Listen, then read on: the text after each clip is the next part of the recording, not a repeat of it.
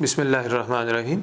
ہم سب یہ جانتے ہیں کہ ایک جمہوری نظام میں ووٹ کی بہت زیادہ اہمیت ہوتی ہے۔ ایک ووٹ اہم ہوتا ہے کیونکہ ایک شخص کے ووٹ سے بھی کوئی امیدوار الیکشن جیت سکتا ہے یا ہار سکتا ہے۔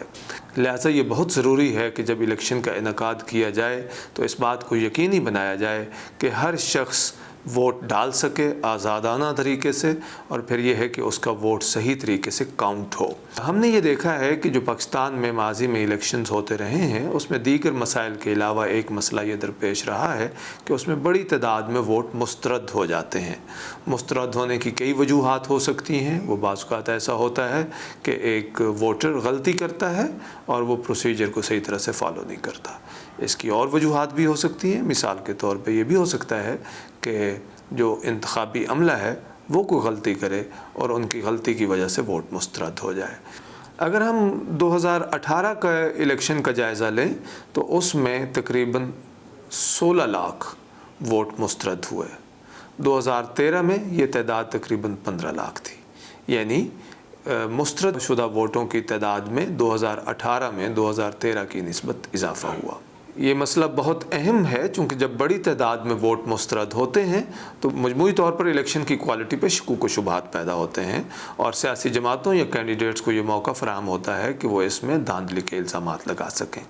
لہٰذا سیاسی جماعتوں کو، ہمارے منتخب نمائندوں کو، ہمارے الیکشن کمیشن آف پاکستان کو یہ سوچنا ہے کہ اس مسئلے کا تدارک کیسے کیا جا سکتا ہے۔ میری نظر میں اس حوالے سے الیکشن کمیشن کو بااختیار کرنا چاہیے کہ جب بھی الیکشن ہو تو اس کے بعد الیکشن کمیشن آف پاکستان مسترد شدہ ووٹوں کا آڈٹ کرائے اور یہ جاننے کی کوشش کرے کہ ووٹ کس وجہ سے مسترد ہوئے ہیں۔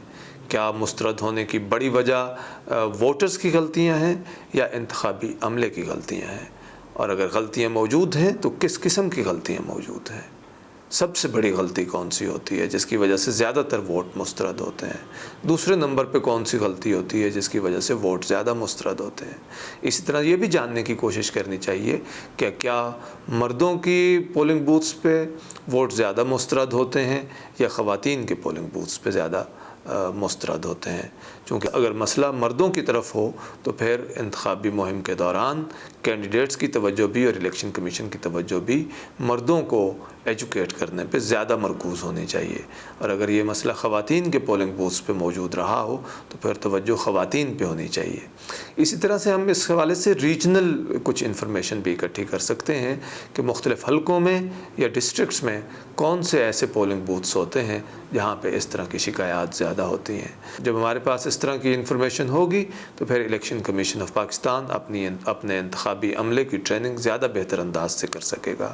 اسی طرح سے سیاسی جماعتیں اپنے ووٹرز کو زیادہ بہتر طریقے سے ایجوکیٹ کر سکیں گے۔ جب الیکشن کمیشن آف پاکستان کے پاس یہ انفارمیشن ہوگی تو وہ بھی اپنی اویئرنیس کیمپین کو اور کمیونیکیشن کیمپین کو زیادہ مؤثر انداز سے وہ کیری آؤٹ کر سکے گا۔ اس حوالے سے میں سیکشن 99(7) کی بھی بات کرنا چاہوں گا کہ جس میں الیکشن کمیشن آف پاکستان سے یہ کہا گیا ہے کہ وہ سارا ریکارڈ الیکشن کا کم از کم 1 سال تک محفوظ رکھے گا۔ تو میرے خیال میں اس سال کے عرصے میں جب کہ وہ الیکشن کمیشن کا ریکارڈ محفوظ ہے تو اس دوران میں الیکشن کمیشن ریجیکٹڈ ووٹس کا آڈٹ کر سکتا ہے اگر الیکشن کمیشن آف پاکستان کو قانون کے ذریعے سے بااختیار کر دیا جائے۔